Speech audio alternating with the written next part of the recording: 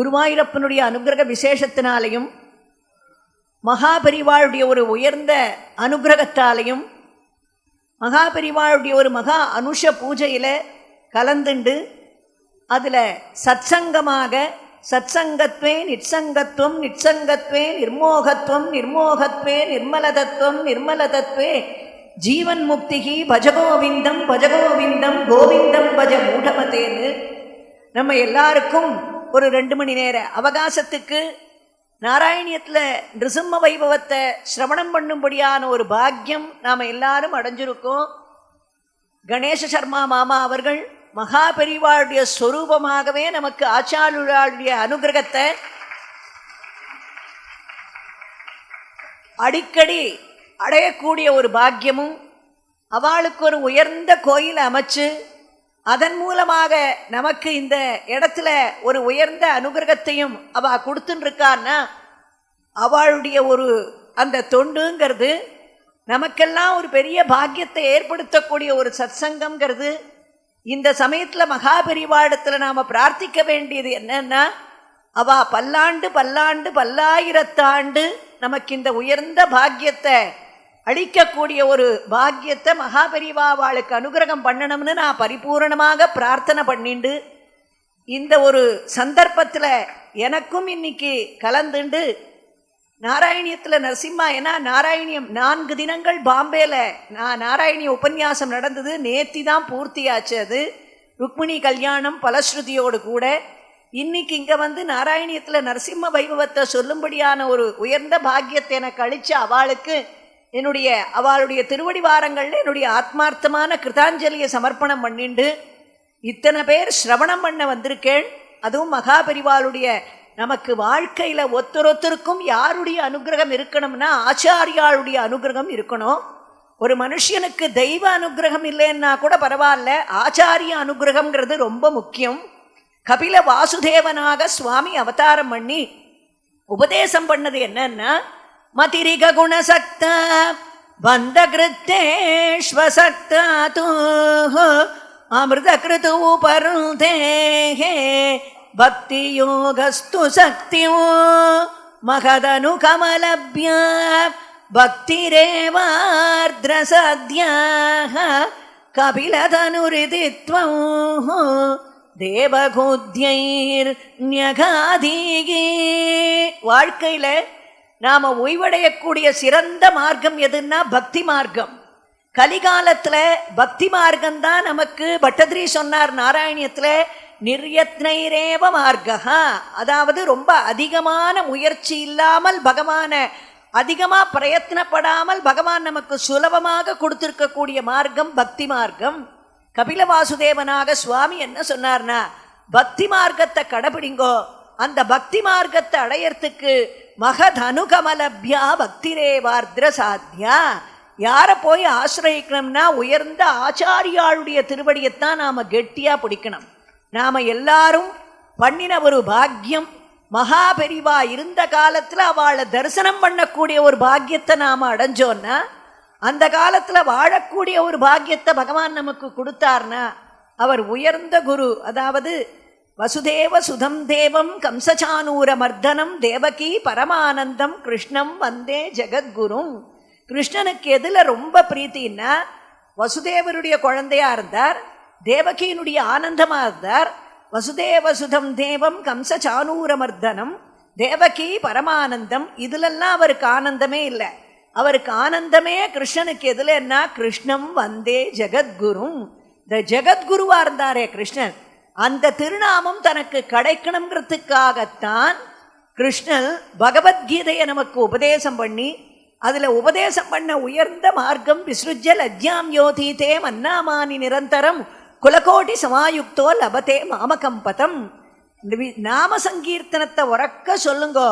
லஜ்ஜை விட்டு நாமத்தை சொன்னால் எனக்கும் மேலே ஒரு பதத்தை நான் அவளுக்கு சிருஷ்டி பண்ணி கொடுக்குறேன், துருவனுக்கு சிருஷ்டி பண்ண மாதிரி கொடுத்தா மாதிரின்னு பகவத்கீதையை நமக்கு கொடுத்து கிருஷ்ணன் ஜெகத்குருவா இருக்க ஆசைப்பட்டார்.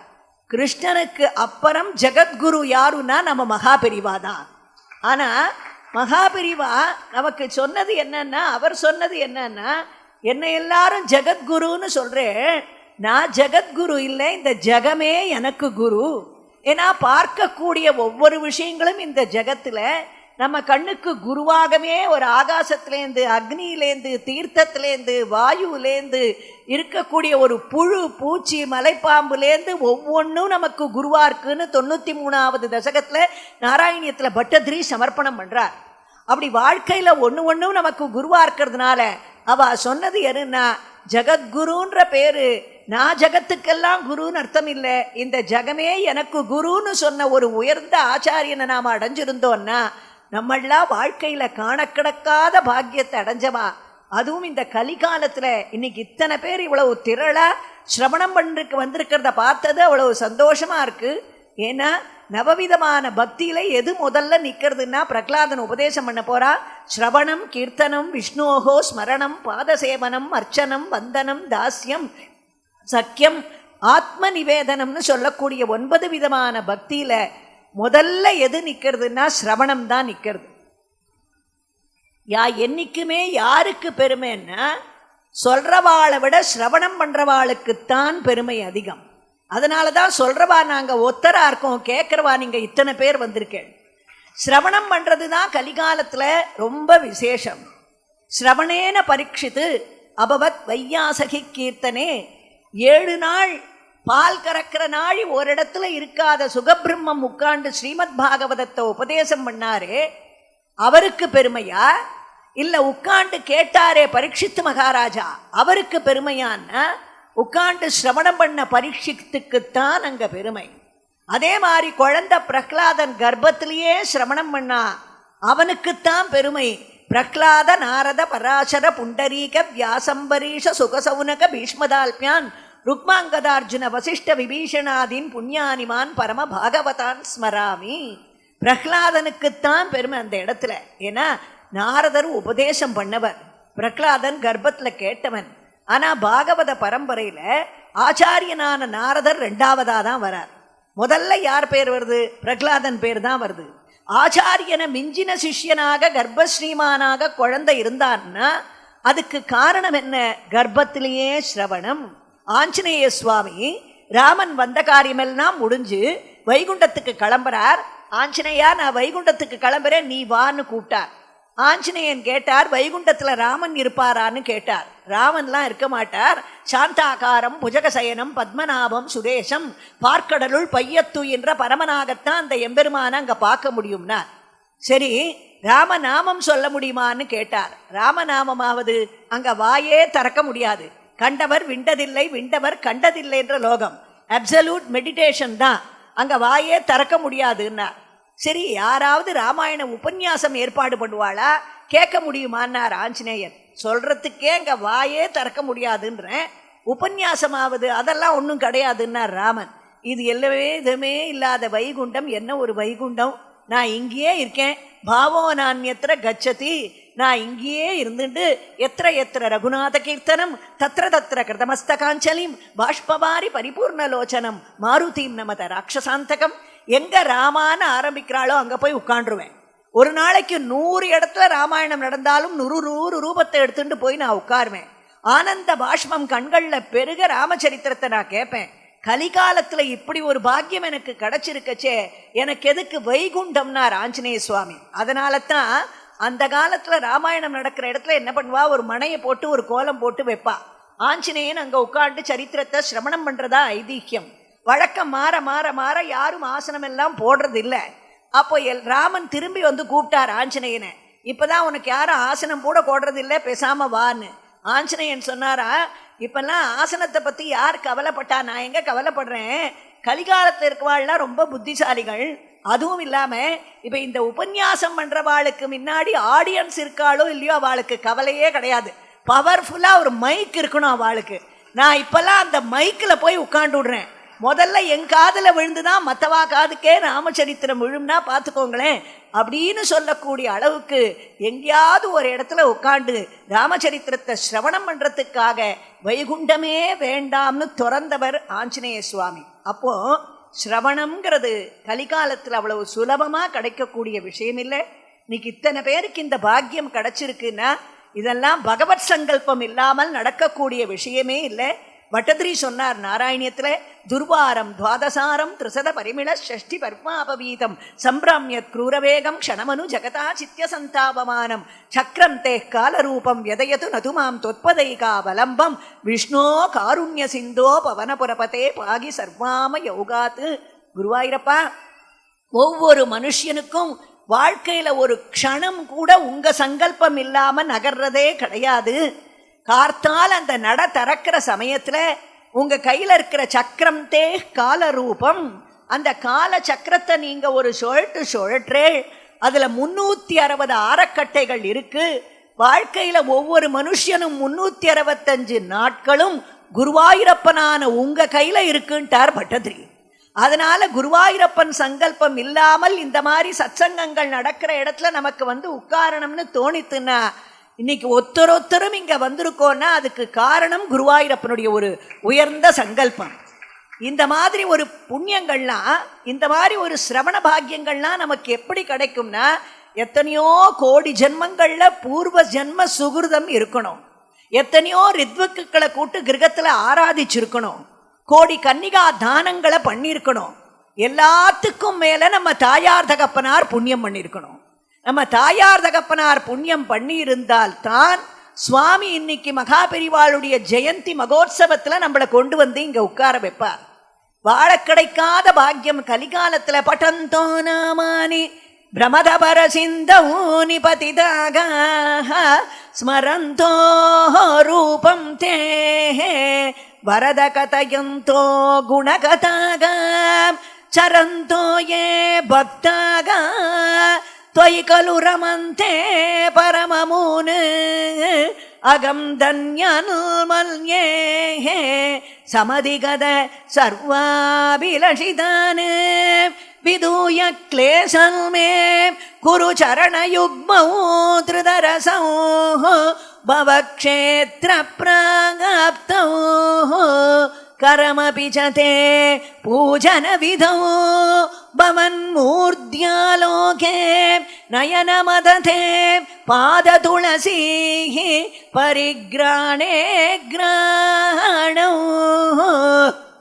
श्रवणमपि ते चारुचरिते.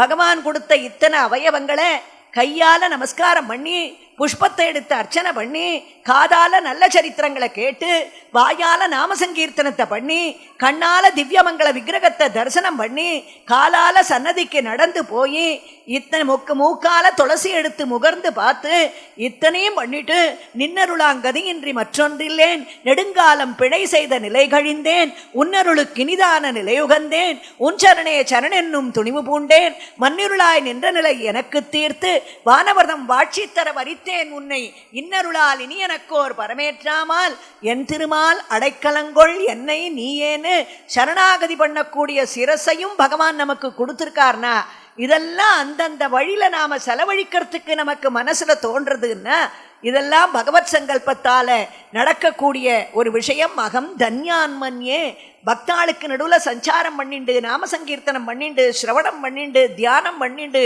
இப்படி ஒரு பாக்கியம் அடைஞ்சவாள் தான் லோகத்தில் தன்யதமர்கள். இதுக்கெல்லாம் நமக்கு உயர்ந்த ஆச்சாரியன் இருக்கணும். ஆச்சாரிய அனுகிரகம் தேவை. தாமரையை அலர்த்தக்கடவ ஆதித்யன் தானே நீரை பிரித்தாலத்தை உலர்த்துமா போலேன்னு சொன்னா. ஒரு தாமர புஷ்பம் ஒரு தடாகத்தில் பூத்திருக்கு, மேலே சூரியன் பிரகாசிச்சுன்னு இருக்கான்.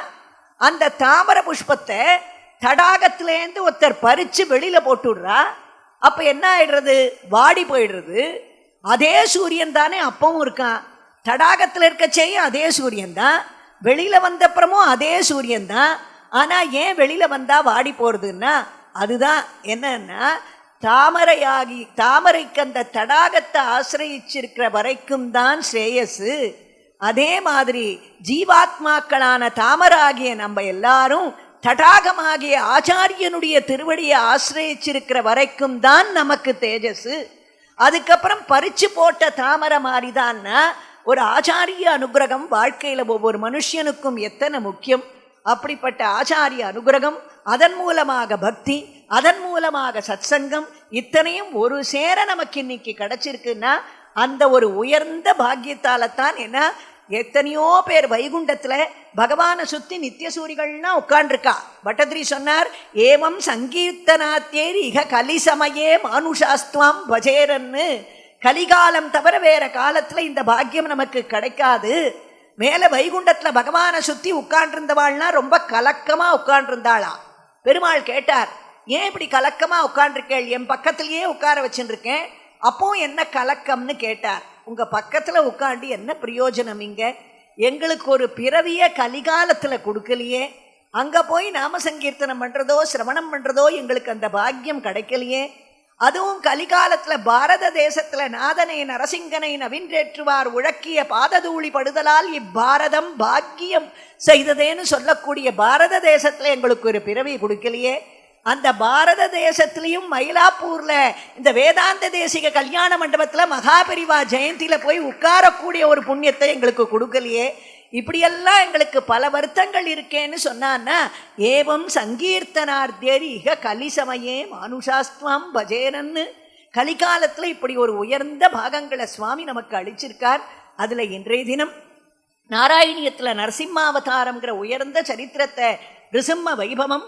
இன்னைக்கு அதில் ஒரு ஸ்லோகம் காதில் விழுந்தா கூட என்ன, இன்னைக்கு நிருசிம்ம ஜெயந்தின்னு சொல்லக்கூடிய உயர்ந்த தினம். அதனால தான் மாமா அன்னைக்கே என்கிட்ட சொல்லிட்டார், நிருசிம்ம ஜெயந்தியாக வந்து அமைஞ்சிருக்கிறதுனால அன்னைக்கு நிருசிம்ம வைபவத்தையே வச்சுக்கலாம் அப்படின்னு. எல்லாருக்கும் அந்த நிருசிம்மாவதாரத்தை கேட்டு நிருசிம்ம ஜெயந்தி அன்னைக்கு நிருசிம்மாவதாரம் ஸ்லோகம் காதில் விழறதுனாலே அவ்வளவு பாக்கியம், அவ்வளவு புண்ணியம். அதில் 2 தசகங்கள் நாராயணியத்தில் பட்டதிரி குருவாயூரப்பனுடைய திருவடிவாரங்களில் அற்புதமாக சமர்ப்பணம் பண்ணியிருக்கார். நாராயணியத்தில் இரண்யக்ஷேபோத்ரி பிரவரவபுஷா தேவபமதா ஹதே சோகக்ரோத க்ளபிததிருதிரே தஸ்ய சகஜகம் இரண்ய பிராரம்பக்கசிபுகோ அமராராதி சதசீஹி பிரதிஜ்ஞா மாதேனே தவ கில பதார்த்தம் மதுரிபோ. இந்த நிருசிம்மாவதாரத்துக்கோ வராக அவதாரத்துக்கோ ராமாவதாரத்துக்கோ கிருஷ்ணாவதாரத்துக்கோ மூல காரணம் என்னன்னா, சனகாதிகள் வைகுண்டத்துக்கு கிளம்பி போனது. கிரமேண சர்க்கே பரிவர்த்தமானே கதாபி திவ்யா சனகாதயஸ்தே பவத் விலோகாய விகுண்டலோகம் பிரபேதிரே மருத மந்திரேஷ பவத்ரிதிக்ஷுல் பவனம் விவிக்ஷுல் துவாஸ்தௌ ஜயஸ்தன் விஜயோப்யருந்தாம் தேஷம் சித்தே பதமாபகோபகா சர்வம் பவத் பிரேரணயைவ பூமன். சனகாதிகள் வைகுண்டத்துக்கு போறா, ஜெய விஜயாளவாளை தடுக்கிறா, அவளுக்கு இவா சாபத்தை கொடுக்கிறா. சாபத்தை கொடுத்ததுனால 3 பிறவியில பகவானை துவேஷிக்கிறவாளா வா கீழே இறங்குறா. 3 பிறவியில பகவானை துவேஷிச்சு பகவானி கையாலேயே வதமாயி மோட்சத்தை நல்ல கதியை அடையக்கூடிய பாக்கியம் அவளுக்கு கிடைக்கிறது. இதுக்கெல்லாம் மூல காரணம் இந்த சனகாதிகளை அவ தடுத்தது. பட்டதிரி கேட்டார் நாராயணியத்தில், குருவாயூரப்பா சனகாதிகள் வைகுண்டத்துக்கு போனா அப்படிப்பட்டவாளை வாசல்ல இருக்கிற ஜெய விஜயாள் வைகுண்டத்தில் இருக்கிறவா, அவளுக்கு போய் தடுக்கணும்னு தோணுமா எங்கேயாவது? அப்படியே இல்லைன்னாலும் இவாளுக்கு தான் அவளுக்கு கோபம் வந்து சாபத்தை கொடுக்கணும்னு தோணுமா? இதெல்லாம் நான் ஒன்று சொல்லட்டுமா? உள்ள படுத்துன்னு இருக்கிற உன்னோட வேலை. சர்வம் பவத் பிரேரணையைவ பூமன்னு. அன்னைக்கு இத்தனையும் நடந்ததுன்னா உள்ள அந்த வைகுண்டத்தில் சயனிச்சின்னு இருந்த உன்னுடைய சங்கல்பம், உன்னுடைய பிரேரணை. நீ என்ன நினைச்ச தெரியுமா? இந்த கலிகாலத்தில் மட்டும் ஜனங்கள்லாம் போர் அடிச்சா அப்பப்போ ஒரு டூரிஸ்ட் பஸ்ஸை ஏற்பாடு பண்ணிட்டு ஒரு டூருன்னு கிளம்பிடுறாளே, நாம் எப்போ பாரு இந்த வைகுண்டத்தில் இவாளையே பார்த்துட்டு உட்காண்டிருக்கோமே, எப்போ தான் கீழே இறங்கிறதுன்னு நீ நினச்ச. அதனால சனகாதிகளை தடுக்க வச்ச, அவளுக்கு சாபத்தை ஏற்படுத்த வச்ச. அந்த சாக்கில் வராக அவதாரம், நிருசிம்மாவதாரம், ராமாவதாரம், கிருஷ்ணாவதாரம்னு இவா ஹிரண்யாக்ஷன் ஹிரண்யகசிபுவா வரா, ராவண கும்பகர்ணனா வரா, சிசுபாலன் தந்தபக்தரனா வரா. இவாளை சுவாமி அதாவது அழிக்கிறதுக்கு மட்டும் சுவாமியினுடைய அவதாரம் இல்லை, நம்மளையும் கரதேத்துறதுக்காக. Avatara is the descent of God to ascent the man அப்புன்னு சொல்லுவார். நம்மளையும் கரதேத்துறதுக்காக சுவாமி கீழே இறங்கினார்னா அதுதான் உண்மையான அவதாரம்னு பேர். நிருசிம்மாவதாரத்துக்கு என்ன ஒரு பெருமைன்னா, நிருசிம்மாவதாரத்தில் ஆழங்கால் படாதவாளே கிடையாது. ஆச்சாரியர்கள், ஆழ்வார்கள், பட்டதிரி, சுகபிரம்மம், ஆண்டாள், இப்படி பார்த்துட்டே போனால் நிருசிம்மாவதாரத்தை சொல்லாத புராணமே கிடையாது. நிருசிம்மாவதாரத்தில் ஆழங்கால் படாத மகான்களே கிடையாது. விஷ்ணு சகஸ்ரநாமத்தில் அவதாரங்களுடைய திருநாமங்கள்னு ஆரம்பிக்கச்சே எந்த திருநாமம் முதல்ல வருதுன்னா நரசிம்ம பபு ஸ்ரீமான் கேசவ புருஷோத்தமக. அவதாரங்கள்னு ஆரம்பிக்கச்சே முதல்ல நிருசிம்மாவதாரம் தான். ஆண்டாள் திருப்பாவையில் அந்த பகவானுடைய கடாட்சத்தை பிரார்த்திச்சா. அதுக்கப்புறம் பகவான் என்ன வேணும்னு கேட்டார். செங்கண் சிறுச்சிறுதே எம்மேல் விழியாவோ திங்களும் ஆதித்யன் விழுந்தார் போல்னு பிரார்த்தனை பண்ணா. அதுக்கப்புறம் என்ன வேணும்னு கேட்ட உடனே ஆண்டாள் என்ன சொன்னா, மாறி மலமுழஞ்சில் மன்னி கிடந்துறங்கும் சீரிய சிங்கம் அறிவுற்று தீவிழித்து வேறுமயிர் பொங்க எப்பாடும் பேர்ந்துதறி மூறி நிமிர்ந்து முழங்கி புறப்பட்டு போதருமா போலேனி பூவை பூவண்ணா உன் கோவில் நின்று இங்கனே போந்தருளி கோப்புடைய சீரிய சிங்காதனத்திலிருந்து யாம் வந்த காரியம் ஆராய்ந்து அருள வேண்டும். நிருசிம்மனாக ஒரு நடையழகு பிரகலாதன்லாம் தரிசனம் பண்ணானே, அந்த நிருசிம்ம நடையழகை நாங்கள் பார்க்கணும், அந்த சிம்மகதியை நாங்கள் பார்க்கணும்னு தான் நிருசிம்மாவதாரத்தில் ஆழங்கால் பட்டா ஆண்டாள் திருப்பாவையில். அப்படி ஒருத்தருடைய அனுபவம் பின்னாடி நாம் கொஞ்ச நாள் நிருசிம்மாவதாரத்தில் சிரவணம் பண்ண போகிறோம். ஆக நிருசிம்மாவதாரம்ங்கிறது உயர்ந்த வைபவம். அதில் வராக அவதாரம் எடுத்து சுவாமி ஹிரண்யாக்ஷனை வதம் பண்ணிட்டார். வராக அவதாரம் எடுத்து ஹிரண்யாக்ஷனை வதம் பண்ண உடனே ஹிரண்யாக்ஷனுடைய பிராதாவான ஹிரண்யகசிபு அவனுக்கு கோபம் வந்துருத்து. கோபத்தோட தவகில பதார்த்தம் மதுரிப்போ என்ன பண்ணானா, பட்டதிரி சொன்னார் நாராயணியத்தில், சபையில் ஒரு பெரிய பிரதிஜையை பண்ணான். ராஜசபையில் என்னுடைய பிராதா ஹிரண்யாக்ஷனை அழிச்ச அந்த நாராயணனை நான் வதம் பண்ணாமல் விடமாட்டேன்னு ஒரு சபதம் பண்ணான் ராஜசபையில். சபதம் பண்ணவன் என்ன பண்ணா, ஒரு பிரதிஜையை எடுத்துட்டவன் நேரம் அங்கேருந்து தபஸ் பண்ண போயிட்டான் பிரம்மாவை குறிச்சு. விதாதாரம் கோரம் சகலு தபசித்வான சிரதக புரசாட்சாத் குர்வன் சுர நர மிருகாத்யைரநிதனோ வரம் லப்த்வா திருப்தோ ஜகதிக பவன் நாயகமிதோ பரிக்ஷுந்தன் இந்திராது அகரகதிவம் துவாம் அகணயன். குருவாயூரப்பா நேர தபஸ் பண்ண போனா, கடுமையான தபஸை பண்ணா. எப்படிப்பட்ட தபஸ், மூச்சை உள்ள அடக்கி தன்னுடைய ஒத்த விரலை பூமியில ஊனிண்டு 2 கையை தலைக்கு மேல தூக்கி நின்றுண்டு அப்படி ஒரு கடுமையான தபஸ், பிரளயமே வந்துடுற மாதிரி ஒரு தபஸ். பட்டதிரி சொன்னார், இந்த அசுராள்லாம் தபஸ் பண்ணாள்னா அதை யாராலையும் மிஞ்ச முடியாது. பெரிய பெரிய மகான்கள் கூட அப்படி ஒரு தபஸை பண்ண முடியாது. ஆனால் கடைசியில் இவா எதில் கோட்டை விடுவான்னா அப்ளிகேஷனில் கோட்டை விட்டுருவா. அவ்வளோ கஷ்டமாக தபஸை பண்ணி கடைசியில் அவன் அழியணும் இவன் அழியணும், இப்படி தான் ஒரு வரத்தை கேட்பா. அதே மாதிரி பிரம்மா பிரத்யக்ஷமானார். பிரம்மா பிரத்யக்ஷமான உடனே என்ன வரம் வேணும்னு கேட்டார். இவன் சொன்னா, எனக்கு மரணமே சம்பவிக்க கூடாதுன்னா. பிரம்மா பார்த்தார், அப்பா அது எனக்கே நடக்காத விஷயம், எனக்கே இல்லாத ஒரு பவரை நான் உனக்கு எப்படி டிரான்ஸ்ஃபர் பண்ண முடியும்? நானும் ஒரு கல்பத்தில் பிரளயம் சிருஷ்டி பிரளயம் சிருஷ்டின்னு நானும் ஒரு கல்பத்தில் அழிஞ்சு பிரளயத்தில் அழிஞ்சு திருப்பி சிருஷ்டியில் வர வேண்டியவன் இன்னும் ஒரு கல்பத்தில். அப்படி எனக்கே இல்லாத ஒரு பவரை உனக்கு எப்படி கொடுக்க முடியும்? வேற ஏதாவது கேளுன்னார். உடனே அப்படியே எல்லாத்தையும் மாற்றினான். சுர நர மிருகாத்யைர் அனிதனம் வரம் லப்த்வா திருப்தோ. பிரம்மாவை பார்த்து கேட்டான், எனக்கு ஆகாசத்தில் மரணம் வரக்கூடாது. நபூபௌ நாம்பரே மிருத்யுகு ந நரை ந மிருகைரப்பி. எனக்கு ஆகாசத்தில் மரணம் வரக்கூடாது, பூமியில் மரணம் வரக்கூடாது, என்னை ஒரு மனுஷன் அழிக்கக்கூடாது, ஒரு மிருகம் அழிக்கக்கூடாது, எனக்கு கிரகத்துக்கு உள்ள மரணம் வரக்கூடாது, கிரகத்துக்கு வெளியில் மரணம் வரக்கூடாது, பகலில் மரணம் வரக்கூடாது, ராத்திரியில் மரணம் வரக்கூடாது, யாரும் எந்த ஆயுதத்தையும் அழுத்தின்னு வந்து என்னை அழிக்கக்கூடாது, உயிருள்ள வஸ்துவால் மரணம் வரக்கூடாது, உயிரற்ற வஸ்துவால் மரணம் வரக்கூடாது. கேட்க கேட்க அவருக்கு 4 தலையும் 8 பக்கமும் சுற்றித்து பிரம்மாவுக்கு.